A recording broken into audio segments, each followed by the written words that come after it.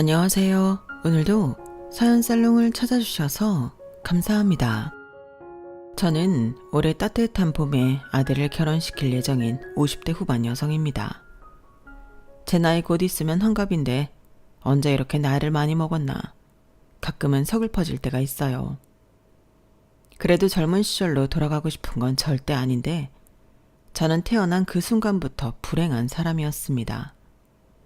아들만 바라던 이대 독자 집안에 태어난 다섯째 딸로 저는 그냥 태어났을 뿐인데 축하받지 못했거든요.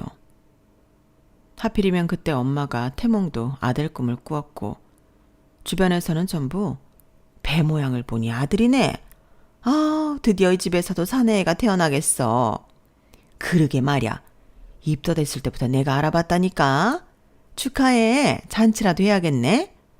라고 분위기를 조성하는 바람에 제가 태어나고 집안 분위기는 거의 초상 분위기였어요. 그리고 제 위로 언니들이 무려 넷이나 있다 보니 저는 어릴 때부터 언니들을 따라 집안일을 하는 등 지금 생각하면 말도 안 되는 대접을 받았는데 말이 집안일이지 걸레 하나 쥐어주고 저기 언니들 보이지? 너도 여기 이렇게 닦아봐 하며 할머니가 뭐 좋다고 저에게 집안일 조기 교육을 시켰어요. 그리고 저를 낳고 저희 엄마는 아들도 못 낳는 년이라는 오명 아래 후방만 받다가 거의 쫓겨나다시피 이혼을 하고 집을 나가셨는데요. 제 기억에 그게 제 나이 3살 때 일이었어요. 그리고 그 후 저는 엄마를 보지 못하게 되었는데 거기에 언니들도 하나둘 나이가 차고 또 이런 집구석이 싫다고 나가는 통에 저는 혼자가 될 수밖에 없었어요. 그러다 저 역시도 중학교 졸업 후 집을 나가기로 마음먹었는데요. 저는 당시 고등학교 진학을 당연히 생각했거든요. 그런데 할머니는 무슨 기집애가 고등학교를 간다고 설쳐? 네 언니들도 고등학교 간 년이 하나도 없었어. 이제 나가서 돈 벌 생각을 해야지. 학교는 무슨 학교? 이제부터 너는 열심히 일해서 너 키워준 값이나 하고 싸게 시집이나 가.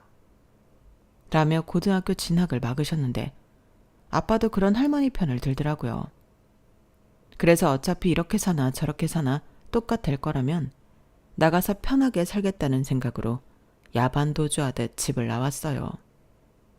게다가 저희 할머니는 저나 언니들이 조금의 불평이라도 하면 늘 입버릇처럼 꾸면 나가! 라고 말씀하셨는데 그래, 이딴 집 나가자 하는 생각이 들었죠. 그리고 나가면 언니들도 있으니 어떻게든 살 수 있을 거라고 믿는 구석도 있었는데요. 그건 제 착각이었어요.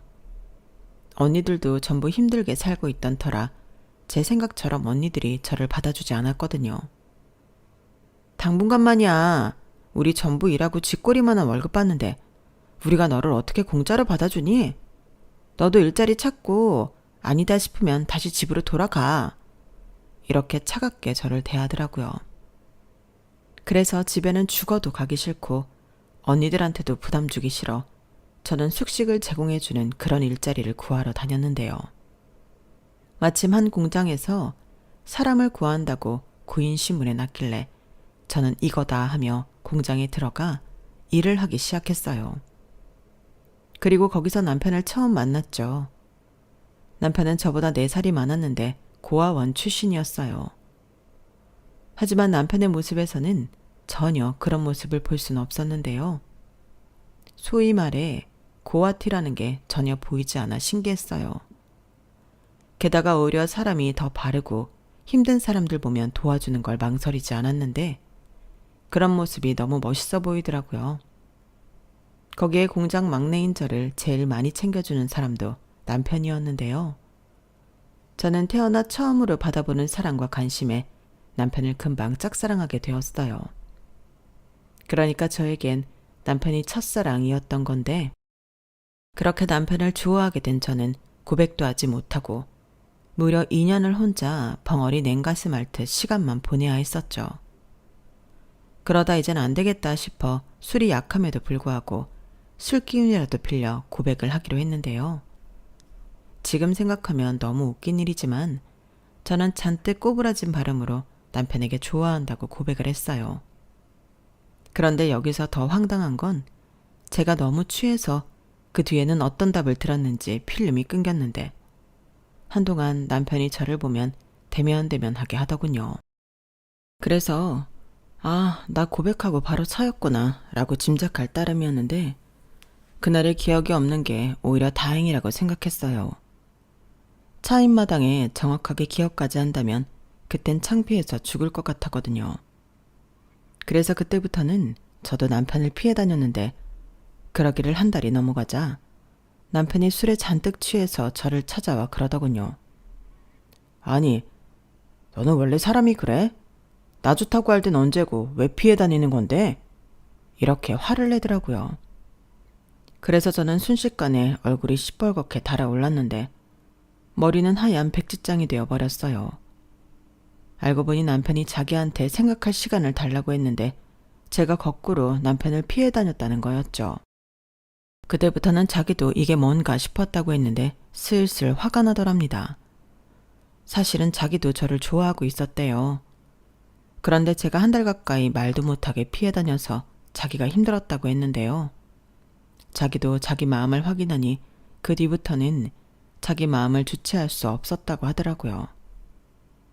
솔직히 남편의 그 말을 듣는데 저는 그만 심장이 터지는 줄 알았어요. 왜 아니겠어요? 태어나 처음으로 좋아하는 남자한테 저런 말을 듣는데 제가 제정신일 리가 없었죠. 이제사 얘기지만 그땐 저도 순진했거든요. 그리고 저랑 남편은 공장에서도 다 아는 공식 1호 커플이 되었는데요. 그 후 2년 뒤 공장이 타 지역으로 이사를 가면서 저희는 선택이란 걸 해야만 했어요. 공장이 있는 타 지역으로 같이 이동을 할 것인지 아니면 공장을 그만두고 다른 일자리를 알아볼 건지 고민이 깊었는데요. 아무래도 저랑 남편은 공장에서 제공해주는 숙식이라는 혜택이 컸기 때문이었어요. 하지만 공장이 새로 이사가는 곳은 거의 외지나 다름이 없다고 했는데 그렇게 저도 고민이 깊어갈 즈음 남편이 먼저 프로포즈를 했어요. 그때 당시 제 나이가 21살이었는데 남편은 더욱 고민할 것도 없이 결혼해서 함께 살자고 하더라고요. 뭐? 결혼? 우리가? 그럼 우리가 하지 다른 사람이 하냐? 공장 이전하는 곳에 따라가면 다시 도시로 오긴 힘들 거야. 그러지 말고 우리 여기서 같이 살면서 서로 의지하자. 오빠가 더 열심히 일자리 찾아볼게. 그래도 우리 나이에 결혼이라니 그래도 되는 거야? 왜? 무슨 문제 있어? 우리가 어리긴 해도 성인이잖아. 혹시 나랑 결혼하는 게 싫어서 그래? 아니야, 그럴 리가. 그냥 나는 결혼이라는 건 너무 막연하게 생각해서 하면 당연히 오빠랑 하지. 그래, 나도 돈도 좀 더 모으고 그렇게 시작하고 싶었는데 지금 여건도 그렇고 우리 서로 좋아하니까 그래도 될 것 같아서. 혹시 불편하면 거절해도 돼. 아니야, 누가 불편하대. 나는 좋아. 오빠랑 살면 더 좋지. 그렇게 저희 두 사람은 현실에 타협하듯 결혼하게 되었어요. 말이 결혼이지 돈도 없고 부를 가족도 없어서 혼인신고만 하고 같이 살았는데요. 비록 번듯한 집은 아니었지만 저는 남편이 있는 곳이면 어디든 상관없이 다 좋았죠. 그리고 매일매일이 꿈처럼 행복했는데 우리 둘 다 가족이 너무나도 그리웠던 사람이었기 때문에 더 그랬어요. 아주 사소한 일에도 눈물 나게 행복했고 남편이 사들고 온 순대에도 세상을 다 가진 부자가 된 것만 같았는데요. 나도 이렇게 행복할 수 있는 사람이었구나. 처음으로 태어나길 잘했다는 생각이 들었죠. 게다가 저도 남편도 성실함은 어디 가서도 빠지지 않았는데요. 어느 곳에 가서 일을 곧잘 해서 돈도 제법 금방 모았어요. 그래서 이렇게만 살면 금방 번듯한 전셋집은 갈 수 있을 것만 같아 남편과 함께 더 행복한 미래를 꿈꾸기도 했는데 그러다 제가 임신을 하게 되었죠. 결혼하고 1년이 되었을 쯤이었는데 저는 바보처럼 그걸 알아차리는데 4개월이 넘게 걸렸어요. 워낙에 월경이 불규칙한 편이었거든요. 그런데 아무리 생각해도 날짜도 이상하고 몸도 이상했는데 난생 처음 해보는 임신 테스트에서 선명한 두 줄이 뜨더군요. 우리 두 사람의 아이라니. 그땐 저도 남편도 기분이 이상했는데 부모가 된다고 생각하니 우리는 우리 아이를 위해서라도 정말 좋은 부모가 돼야겠다는 책임감이 생겨났어요. 둘 다 어린 시절이 행복하지 않았기 때문에 우리 아이에겐 우리의 아픔을 알게 하고 싶지 않았거든요. 그리고 저는 괜찮은데도 남편의 성화로 인해 일을 쉬게 되었는데요. 그때가 제가 태어나 가장 편하고 행복했을 때였어요. 남편이 출근하면 그 좁은 집을 쓸고 닦고 나름 태교를 해보겠다고 뜨개질도 하고 음악 감상에 책도 보며 태어나 처음으로 고상을 떨어봤는데 그렇게 남편의 퇴근 시간을 기다리며 남편과 함께 먹을 저녁밥을 지었는데 오늘은 무슨 반찬을 해서 남편을 기쁘게 해줄까 늘 그런 행복한 고민을 하며 지냈죠. 가능하면 평생 이렇게만 살 수 있다면 소원이 없을 정도였는데요. 하루는 남편이 그러더라고요. 있잖아. 퇴근할 때 우리 현관문 열 때가 가장 행복해. 따뜻하고 맛있는 음식 냄새가 나는 집. 나는 항상 그런 집에 사는 게 꿈이었거든. 여보는 나에게 꿈을 이루어준 고마운 사람이야. 뭘 이런 걸 가지고. 이런 게 여보 꿈이면 내가 평생 해줄게. 내년 이맘때는 애기도 있으니까 우리 더 행복할 거야. 그리고 시간이 더 지나면 자기가 퇴근했을 때 아빠 아빠 하고 우리 애가 달려가겠지? 와, 생각만 해도 너무 행복하다. 고마워. 이런 행복한 날들을 만들어줘서. 저와 남편은 늘 이렇게 사소한 것에도 행복을 느끼고 서로에게 고마워하며 예쁘게 살았어요. 그리고 이런 생활이 앞으로 평생 이어질 거라고 생각했는데 행복은 그리 길지 않았죠. 정말 한순간에 깨져버린 행복이었는데요. 그날은 남편이 쉬는 날이었지만 제가 컨디션이 별로 좋지 않아 움직일 수 없는 날이었어요. 마음 같아서는 남편이랑 손잡고 시장 구경이라도 나가고 싶었는데 몸이 무거워 그러지도 못하고 있으니 속상했죠. 그때 제가 산 딸이 얼마 남지 않았을 때였거든요. 오래 서 있거나 걸으면 발도 금방 붓고 초산 산모인데도 희한하게 저는 배가 많이 불렀는데 주변에서는 아들이라 배가 많이 나온 거라고 하더라고요. 그래서 나간다고 해도 제가 고생할 것이 분명했는데요. 하지만 남편과 집에만 있고 싶진 않았어요. 그리고 그때는 왜 그렇게 주전부리 같은 간식에 당기던지 나가서 남편이랑 군것질이라도 하고 오면 너무 좋을 것 같았는데 그런 제 마음을 알았던 건지 남편이 그러더라고요.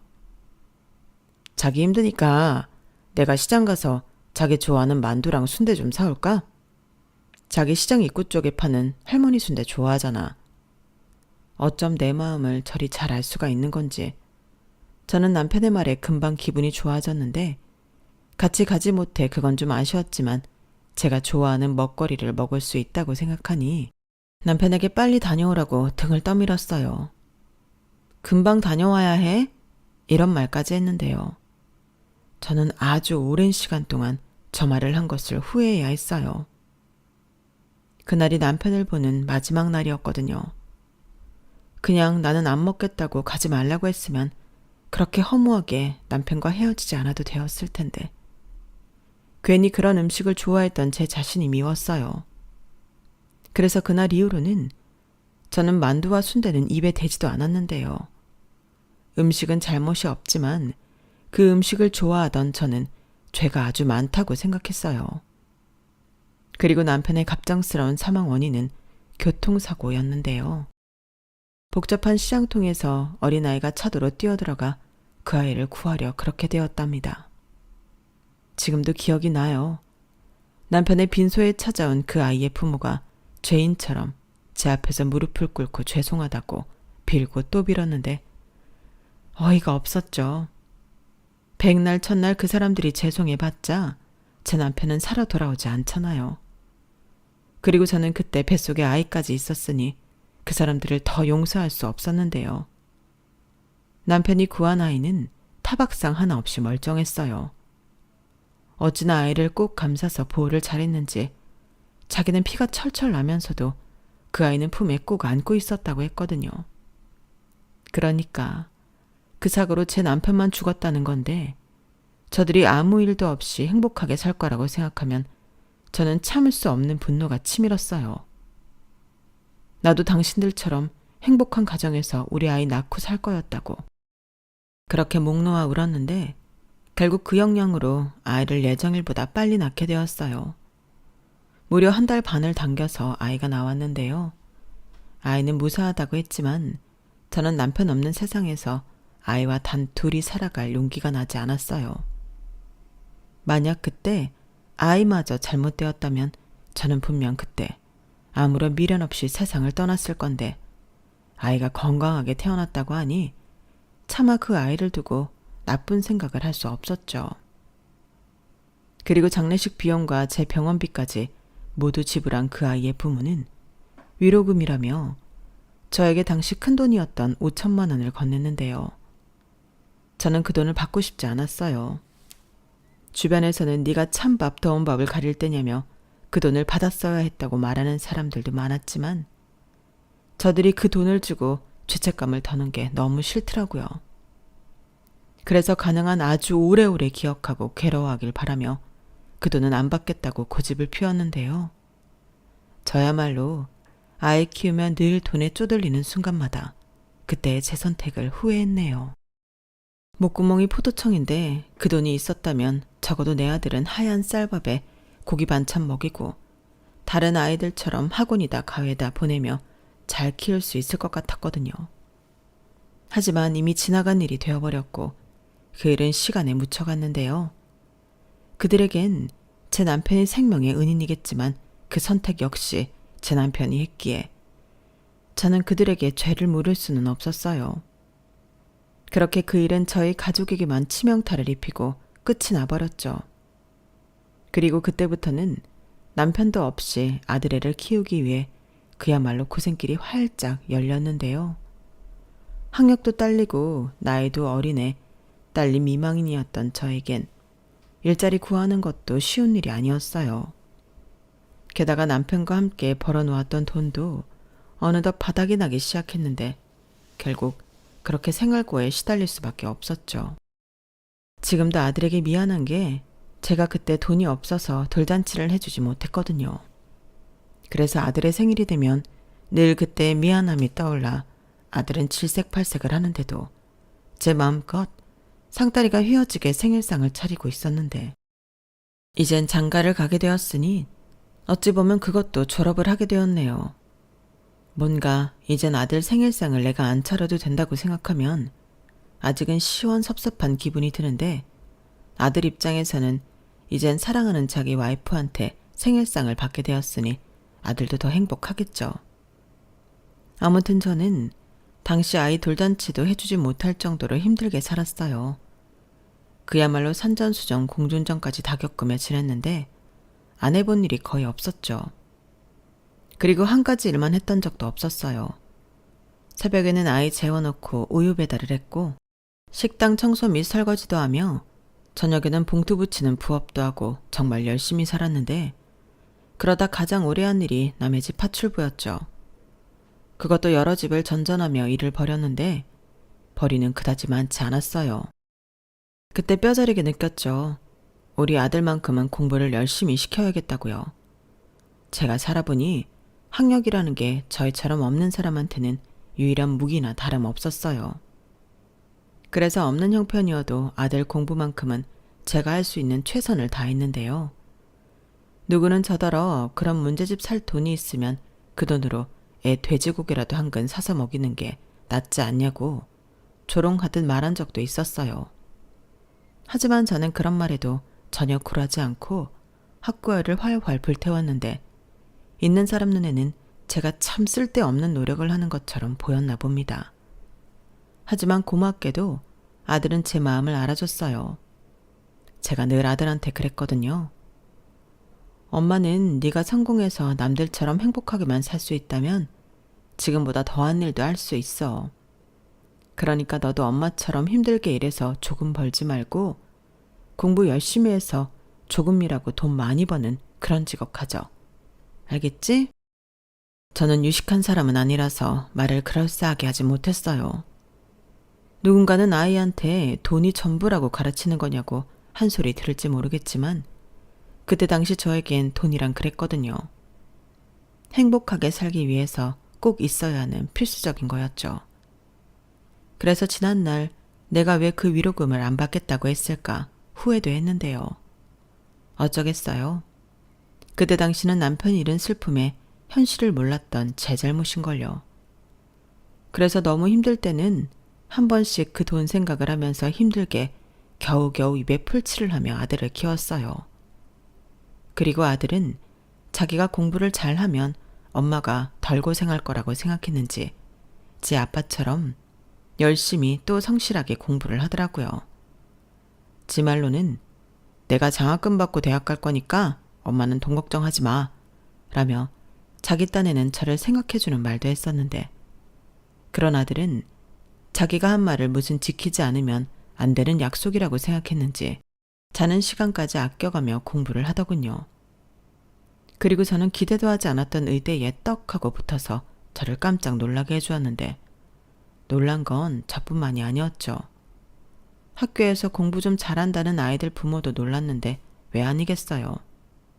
자기들은 의대 법대에 보내겠다고 수도 없이 많은 교육비를 지불했을 텐데 그런 교육은 받아보지도 못했을 제 아들이 의대에 붙었다고 하니 자기들이 쓴 돈 때문에 더 허무함을 느끼는 것처럼 보이더라고요.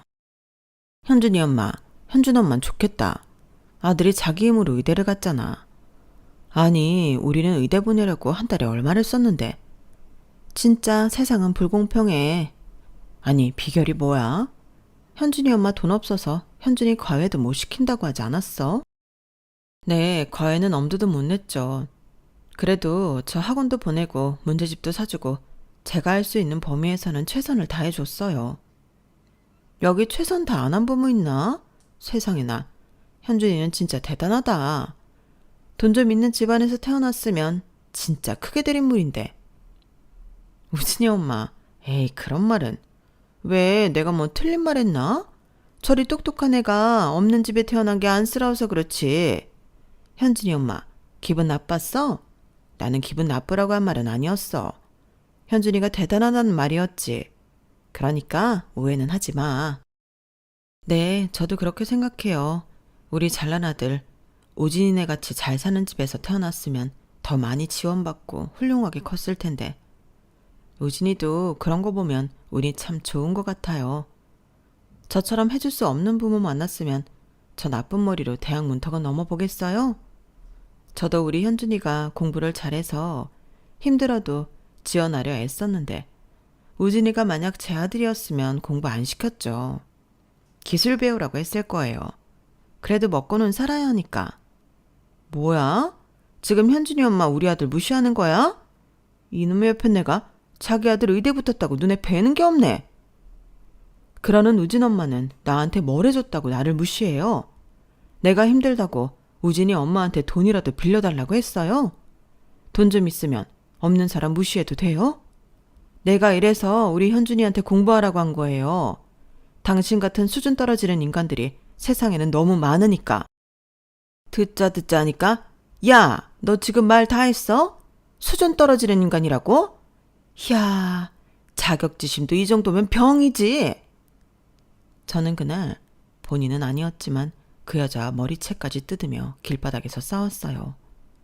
그러자 주변에 있던 다른 학부모들이 우르르 몰려와 저와 그 여자를 말렸는데 학교에서 나온 제 아들이 이런 저를 봤는지 쏜살같이 저에게 달려왔죠. 그리고 그 여자를 죽일 듯 노려보며 우리 엄마한테 무슨 짓이에요? 라고 했는데요. 그 여자 아들은 자기 엄마를 보고 창피하다며 냅다 도망을 쳤어요. 그러자 그 여자는 얼굴이 벌겋게 달아올라서 씩씩거리며 당신 그리고 이현준이 너 다음엔 짤 없으니까 조심해. 알겠어? 라고 말하더니 도망치듯 자기 아들을 쫓아갔는데 저는 그것만 봐도 그 여자가 자기 아들을 어떻게 키웠는지 다 알 것만 같았어요. 그리고 어려운 환경이지만 내가 그래도 우리 아들을 잘 키웠구나 그런 마음에 심적으로 제가 그 여자를 이긴 것 같은 기분이 들었는데 유치한 마음이지만 기분은 좋더라고요. 그렇게 저희 아들은 의대에 들어갔어요.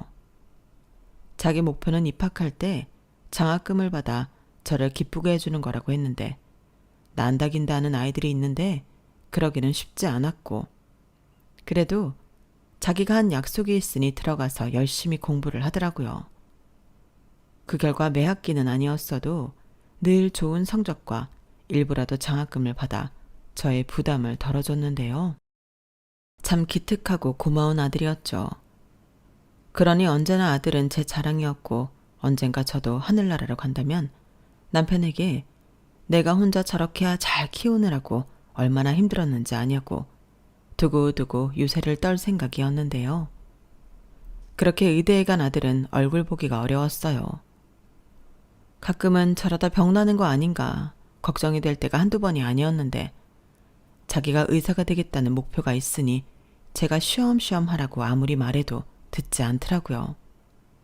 그리고 그때도 저는 여전히 파출부 일을 하며 생활비와 아들 뒷바라지할 돈을 벌고 있었는데 아들이 국시를 패스해 정식으로 의사가 된 뒤에는 숨통이 튀었어요. 아들이 저에게 그동안 키워준 값이라며 신용카드 하나를 주는데 무려 한도가 1,000만 원이라고 하더라고요. 엄마, 이거 가지고 엄마 쓰고 싶은 거 다 해. 돈 생각하지 말고. 에이, 됐어. 네 월급 얼마나 된다고 이런 생색을 내? 됐다. 너 힘들게 버는데 장가 가야 하니까 차곡차곡 모아. 에이, 참. 엄마는 그것도 몰라? 의사 사위한테는 열쇠 3개는 기본이야. 지랄하고 자빠졌네. 너는 그렇게 돈으로 팔려가고 싶냐? 나는 내 아들 그렇게 돈 받고 장가 보내긴 싫다. 왜? 돈 많으면 좋잖아. 그놈의 돈 때문에 그 고생을 하고 정 여사 아직 정신 못 차렸네. 고생을 덜 했나? 이놈이? 너 지금 엄마랑 싸우자는 거야? 물론 돈은 엄청나게 중요하지. 그래도 돈이 인생의 목표가 되면 안 된다는 거야. 돈은 수단이지. 설마 너 돈 벌려고 의사 됐냐? 누가 그래? 나는 생명을 구하려고 의사가 됐지. 그리고 내가 설마 정말 열쇠 3개를 기대하겠어? 엄마는 아들을 뭘로 보고? 그래, 내가 너 고생하지 말라고 공부 열심히 하라고 했지만 고생하기 싫다고 남의 등골 빼먹는 그런 호로 새끼는 되면 안 돼. 알겠지? 넵, 걱정하지 마. 난 돈도 잘 벌고 사람도 잘 살리는 그런 의사가 될 거니까. 아, 하나 빼먹었다. 효도도 끝장나게 해야지. 우리 정 여사 아들 키운다고 고생 엄청 실히 했는데. 알아주니 고맙네. 그러니까 이 카드는 필요 없어. 정 그러면 매달 엄마 30만 원씩 용돈 주든가. 나 자식한테 용돈 받는 엄마 부럽더라. 정 여사, 용돈보다 카드가 더 멋있는 거야. 그럼 이 카드로 매달 30만 원씩 써. 싫어. 돈은 모을 수 있지만 카드는 아니잖아. 돈으로 줘. 정 여사 돈 좋아한다? 알죠. 알았어. 그럼 내가 정 여사 통장에 매달 30만 원씩 쏘겠어. 그럼 됐지? 그래, 우리 아들 최고다. 저는 그렇게 아들한테 용돈 받는 엄마가 되었어요. 그런데 이놈이 매달 30만 원이면 된다고 했는데 50만 원씩 보내더니 어떤 달은 보너스가 들어왔다고 100만 원도 넣고 아주 저한테 인심이 후하더라고요. 그 덕에 아들 장가갈 돈은 그 돈을 모아줄 생각이었는데요. 원래 의사들이 바빠서 장가도 늦게 간다고 그러더니 저희 아들은 비교적 금방 결혼하고 싶은 여자가 있다며 집에 웬 아가씨를 한 명 데리고 오더라고요. 같은 병원에서 근무하는 간호사라고 했는데 어머 웬걸? 아가씨가 저희 아들보다 나이가 많더군요. 솔직히 제가 사고방식이 구식이라 많이 놀랐어요. 제가 연상인 아가씨를 며느리로 볼 거라고 생각하지 못했거든요. 하지만 딱 봐도 아가씨보다 우리 아들이 좋아 죽는데 반대해도 소용없을 것 같아 저는 이왕이면 기쁜 마음으로 아들이 좋아하는 아가씨를 맞아주기로 했네요. 그리고 이윽고 상견례 날짜가 잡혔는데요. 저는 들어가 앉기도 전에 온몸이 딱딱하게 굳어버리는 것 같았습니다. 글쎄, 제 눈앞에 앉아있는 내외가 제가 아는 사람이더라고요. 그것도 제 행복을 한순간에 앗아간 그 부부였는데요. 시간이 아무리 지나도 저는 한눈에 알아볼 수 있었어요. 순식간에 남편을 잃은 그날로 돌아간 저는 자리에 앉지도 않고 그대로 식당을 나와버렸죠. 그러자 아들이 놀라서 쫓아나왔는데 저는 아들한테 이 결혼 절대 안 된다고 단호하게 말했어요. 엄마, 왜 그래? 도대체 뭐 때문에 이러는데? 나도 이유를 알아야 납득을 하지. 전에는 좋다고 했잖아. 그래, 그때는 그랬지. 근데 지금은 아니야. 내가 너를 어떻게 내 남편 죽인 원수랑 결혼을 하라고 하니? 뭐? 그게 무슨 말이야? 원수라니. 너 내가 얘기 안 했어? 네 아빠가 어떻게 세상을 떠났는지. 그때 저 집 딸만 아니었어도 네 아빠 지금도 멀쩡히 살아있을 거야. 그럼 나나 너나 그 고생 안 하고. 엄마, 진정해. 착각한 거 아니야? 시간이 얼마나 지났는데. 아니야, 어떻게 그런 일이 있어. 아니라고. 너야말로 정신 똑바로 차려. 나는 딱 보자마자 알겠더라. 저 사람들이 네 아빠 장례식에 찾아와서 미안하다고 울고 불고 빌고 그래놓고 자기들은 잘 살았겠지. 내 남편 잡아먹은 딸 키우면서 행복했겠지. 난 이 결혼 절대 인정 못해. 현준아, 너도 네 아빠 죽게 만든 저 애랑 결혼하고 싶은 거 아니지? 아니라고 말해. 아니라고. 현준 씨, 이게 다 무슨 말이야? 어머님이 지금 하신 말씀. 들었어요? 그럼 입 아프게 2번 얘기 안 해도 되겠네. 우리는 절대 다시 만나면 안 되는 악연이에요. 결혼은 없었던 일로 하죠. 부모님도 얘기하면 그러자고 하실 거예요. 어디서 감히 내 아들이랑? 현준아, 가자. 너 병원도 그만둬. 엄마, 아무리 그래도 이렇게는 아니지. 나한테도 생각할 시간을 좀. 생각할 시간? 그딴 게 왜 필요해? 너 설마 엄마가 이렇게 안 된다고 하는데도 고집 피울 작정이야? 난 너 아무리 내 아들이라고 해도 이번 일은 봐줄 수 없어. 저는 그날 거의 제정신이 아니었어요. 혼자 사느라 아무리 팍팍하게 살았지만 어지간해서는 남한테 싫은 소리 제대로 하지도 못하고 살았는데 그날은 제가 나쁜 사람이 되어도 어쩔 수가 없었어요. 그리고 제 마음처럼 따라주지 않는 아들을 보며 그런 배신감이 없었는데 저는 아들도 보지 않을 작정으로 혼자 택시를 잡아 타고 집으로 돌아왔죠. 그런데 그 염치도 없는 내외가 제 아들과 함께 집으로 쫓아왔더군요. 그때는 화가 주체할 수 없을 정도로 치솟았는데 지금 생각하면 너무 죄송하고 부끄럽지만 저는 그들을 내 남편을 죽인 살인자로 생각했어요. 실제로 그런 마음으로 살았으니까요. 그런데 그 내외는 과거의 그때처럼 제 앞에서 무릎을 꿇고 다시금 용서를 빌었죠. 아니, 어떻게 이렇게 다시 만날 수가 있을까요? 그동안 어떻게 지내셨어요? 왜요? 잘 지냈을까 궁금합디까? 그쪽들은 보니까 잘 지냈나 보네요. 딸도 말짱하고. 그럴 리가요. 늘 마음속에 돌덩이를 쥐고 살았습니다. 저희 딸도 다 알아요. 그때 부군이 저희 딸을 구해주지 않았다면 제 남편은 살아있겠죠.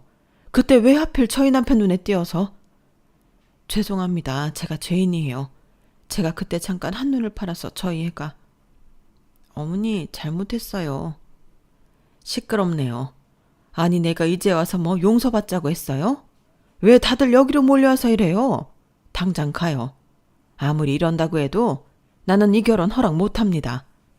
내가 그동안 어떻게 살았는지 알아요? 죽지 못해서 살았어요. 우리 아들 하나만 보고 겨우겨우 숨 쉬면서 살았는데 세상에 이런 법이 어딨습니까? 양심이 있으면 그쪽들도 이 결혼 안 시켜야 맞죠? 네, 결혼 안 해도 됩니다. 저희도 양심 있어요. 하지만 이렇게 다시 만났는데 어떻게 저희가 가만히 있겠습니까? 평생 용서받을 수 없는 죄를 지었는걸요. 저희도 사는 게 힘들었어요. 어딘가에서 고생하고 힘들어하실 사모님 생각에 한시도 편하게 산 적 없습니다. 정말입니다. 그래서 이렇게라도 용서 빌고 싶어서 현준 군이 말리는 데도 찾아왔어요. 그때도 말했는데 까먹으셨어요? 아무리 용서를 빌어도 죽은 내 남편은 돌아오지 않아요. 그리고 아무리 춘향이 이몽룡이라고 해도 내 아들이랑 그쪽 딸은 안 됩니다. 현준이 너 뭐해? 이 사람들 당장 내보내. 안 그러면 내가 나간다? 엄마, 그래도 여기까지 오셨는데 그건 좀... 그건 좀? 너는 애가 왜 이렇게 물러터졌어? 지금 이 상황이 나만 힘들어? 너는 아니야? 저는 숨을 쉴 수 없을 정도로 그 시간에 매분 몇 초가 참기 힘들었어요. 그래서 나중엔 거의 그 사람들을 몰아내듯 집에서 내쫓아버렸는데 그날 이후 매일같이 그 집 딸이 제 집에 툴근조장을 찍더군요. 무슨 끈기가 그리 많은지 제가 모진 말도 많이 했는데 그저 죄송하다고 이렇게라도 용서를 빌게 해달라고 애원했어요. 그러면서 어머니, 저 현준 씨랑 결혼 안 할게요. 그리고 병원도 제가 그만둘게요. 대신 제가 매일 이렇게 용서 빌려 오는 건 허락해 주세요. 저는 늘 저 구해주신 아저씨에게 고맙고 죄송한 마음으로 살았습니다. 그래서 구해주신 목숨 절대 나쁜 짓 하지 않겠다고 다짐했고 정직하고 성실하게 살았어요. 이런 말도 했는데요. 왜 그리 그런 말들이 듣기가 싫은지. 그래서 그날은 더 마음을 모질게 먹고 소금 포대를 가지고 나가 뿌리기도 했죠. 그런데 실은 내색도 하지 않고 그 짜디짠 소금 세례를 맞고 있더군요. 그러면서 그렁그렁한 눈을 하고는 자기도 기억하는 아저씨의 마지막 말이 있다고 했는데요. 순간 심장이 쿵 하고 떨어지는 것만 같았어요. 왜냐하면 제 남편은 그러고도 남을 사람이었으니까요. 그리고 사실은 저 스스로도 저들은 잘못이 없다는 걸 너무나도 잘 알고 있었는데요. 고백하자면 원망할 대상이 필요했던 거였어요. 게다가 이런 제 마음을 외면하고 싶었기에 더욱 격렬히 그들을 미워하고 밀어냈는데 그날 저는 더 이상 그럴 수도 없게 되었습니다. 그때 아저씨가 그러셨어요. 괜찮다고. 아가 괜찮아. 이렇게 말씀하셨는데 그게 마지막이었어요. 저는 어디 한 곳도 다친 곳이 없었는데 죄송해요. 다 저 때문이에요. 저 한시도 잊은 적 없어요. 현준 씨한테는 말 안 했는데 한동안 병원 치료도 받았는데 그때 생각했어요. 살려주신 목숨 다른 사람들을 살리는 데 도움이 되자고. 그래서 간호사가 된 건데 이렇게 아저씨 아들을 만나서 좋아하게 될 줄은. 죄송합니다. 잘못했어요. 그 마지막 잘못했다는 말이 너무 아프더라고요. 저는 저랑 우리 아들만 남편을 잃고 힘들었을 거라고 생각했는데 저리 힘들게 살았다고 하니 마치 하늘에서 남편이 저한테 이제 그만하라고 말하는 것 같더라고요. 그러면서 동시에 남편이 살려준 아이기에 그런 운명으로 내 아들을 만났나? 그런 생각도 들었는데 저는 아무 말 없이 그냥 집 안으로 들어왔어요. 그날 이후 저도 제 마음을 추스릴 시간이 필요했는데 일도 손에 안 잡히고 입맛도 없고 잠도 오지 않았죠. 오죽하면 아들이 영양제라도 맞아야 한다며 싫다고 하는 저를 억지로 끌고 가 링게를 맞추기도 했는데 그때 아들도 그랬어요. 정 여사 그만 시위해. 내가 졌어. 나 결혼 안 해. 우리 헤어졌다니까. 그리고 은정씨 병원 그만뒀어. 이렇게 말을 하는데 아들 얼굴이 그늘이 가득하더군요. 자세히 보니 링겔은 제가 아니라 아들이 맞아야 할 것처럼 양볼이 쏙 들었는데 자식 이기는 부모가 어디 있겠어요. 저는 그렇게 아들에게 엄마 생각하지 말고 결혼해서 행복하게 살라고 말해버렸네요. 그러자 아들은 마음에도 없는 소리 하지 말라며 자기 괜찮다고 했는데 저는 제가 안 괜찮다고 했죠. 아빠가 살려준 아이잖아. 참 힘들게 또 바르게 컸더라. 전에 우리 집에 와서 계속 잘못했다고 하는데 걔가 무슨 잘못이 있니?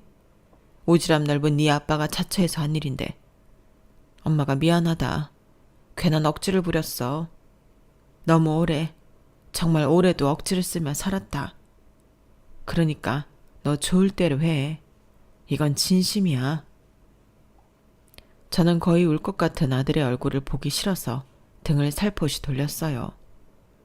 그러자 아들은 들키지 않으려 애를 쓰며 울음을 참는 것 같았는데 그래도 저에게 고맙다며 제 등을 얼굴을 묻고 울더군요. 저희 아들이 정말 아기 때부터 잘 울지 않았거든요. 근데 그날은 참 오래 울었어요. 저도 따라 숨죽여 울었죠. 그렇게 저는 오랜 시간 갖고 있던 미움과 원망을 내려놓기로 했는데 그게 참 쉽지 않았죠. 한순간에 사람이 바뀌는 건 어려운 일이잖아요. 그래도 저희 모자 못지않게 힘든 시간을 살았을 그 사람들에게 이젠 괜찮다고 우리 서로 다 있고 지금부터라도 잘 살아보자고 얘기해 줘야 할 것 같았는데요. 그날도 그 사람들과 한참을 울었어요. 그리고 왠지 제가 먼저 말을 해야 할 것 같아 둘이 결혼하자고 우리 서로 사돈 맺자고 얘기했는데요. 그때 안사돈이 그러셨죠. 정말 그래도 되겠냐고요. 그러면서 만약에 사돈이 된다면 자기들이 저를 친구처럼 가족처럼 챙기고 싶다고 했는데 그건 사양하겠다고 했어요. 아니, 차차 시간을 갖자고 이야기했죠. 그래서 지금도 조심스럽게 가까워지고 있는 중인데요. 요즘은 통화도 종종 합니다. 알고 보니 그 집도 그렇게 아주 넉넉한 집은 아니더라고요. 그래서 결혼도 소박하게 하기로 했는데 며느리 꾸민비는 제대로 해주고 싶었어요. 정확히 말하면 아들이 준 용돈이었지만 저는 그 돈을 가지고 며느리에게 명품 가방을 하나 턱 사줬는데요. 며느리는 질색을 사양했지만 두고두고 쓰겠다는 약속을 하고 저는 기어코 며느리 손에 그 명품백이 든 쇼핑백을 들려보냈어요. 그리고 그 선물 때문인지 요즘은 며느리가 아들보다 저를 더 챙기는 것 같은 기분인데 딸 같은 며느리는 없다고 하지만 잘 지내보려고 합니다. 저희 남편이 일찍이 점 찍은 며느리잖아요. 얼마나 마음이 들었으면 자기 목숨이랑 바꿔서 아들을 만나게 했겠어요. 저는 요즘 그런 생각으로 며느리를 귀하게 생각합니다. 실제로 너무 귀하기도 하고요. 그리하여 지금은 아들을 출가시키고 혼자 독립할 날을 준비하고 있는데요. 요즘은 살짝 설레도 하는 것 같아요. 뭐 집에 자주 오는 아들은 아니라서 혼자 있는 건 익숙한데 정서적으로 혼자가 된다는 게 꽤 괜찮더라고요. 아들은 은근 손이 많이 가거든요. 그런데 그걸 대신해줄 예쁜 며느리가 생겼으니 얼마나 고마운지 몰라요. 그리고 앞으로는 그동안 못해본 여행도 다니고 취미도 만들어 남은 시간은 여유롭게 지내고 싶은 바람이 있는데요. 부디 꼭 제가 바라는 바를 이룰 수 있길 소원합니다. 요즘은 손주들 보는 할머니가 그렇게 많다고 하잖아요. 저는 그것까지는 절대 하고 싶지 않은데 이런 제 마음을 아셨는지 어느 날은 안사돈이 이런 약속을 하더군요. 손주가 태어나면 당신이 볼 테니 저는 원하는 대로 자유롭게 살라고 하셨는데요. 안사돈이 아이를 무척 좋아하시는 분이시거든요. 그래서 결혼해 아이를 한 5명 정도는 낳고 싶었다고 했는데 그럴 수 없었대요. 선천적으로 임신이 잘 되지 않는 체질이라 며느리도 힘들게 가졌다며 고충을 털어놓기도 하셨는데 그래서 며느리가 아이를 몇 명을 낳던 전부 당신이 보겠다고 하셨죠. 저는 그 말이 너무 감사했어요. 하지만 저 역시도 손주가 태어나면 친할머니가 될 텐데 나 몰라라 할 순 없겠죠. 또 그때 가서는 서로 보겠다고 경쟁을 할지도 모르고요. 그래서 그 전이라도 실컷 자유시간을 누려볼 생각인데 이제부터는 늘어난 가족만큼 행복도 배로 늘어나길 소원하는 바입니다. 이제부터는 저도 남들처럼 마음껏 웃으며 살고 싶네요. 태어난 순간부터 불행했던 저였으니 마지막은 누구보다 행복하고 싶습니다. 이상 순탄치 않았던 제 인생 이야기는 여기까지예요. 앞으로 남은 인생은 즐겁고 행복한 이야기로 가득 채워 또다시 사연을 써보도록 하겠습니다. 그럼 지금까지 사연 들어주셔서 감사드리고요. 건강하시고 행복하세요. 고맙습니다. 여러분, 사연 댓글에 응원과 현명한 조언 부탁드려요. 좋아요와 구독은 저에게 큰 힘이 됩니다. 오늘도 좋은 일 가득하세요.